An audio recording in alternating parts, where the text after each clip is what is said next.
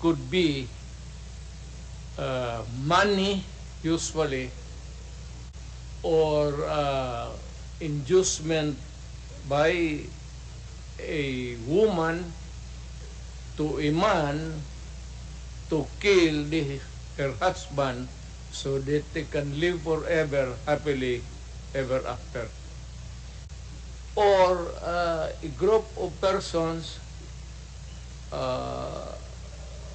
sindikato, lahat, what is illegal, gambling, smuggling, these are they are the conspirators of crime.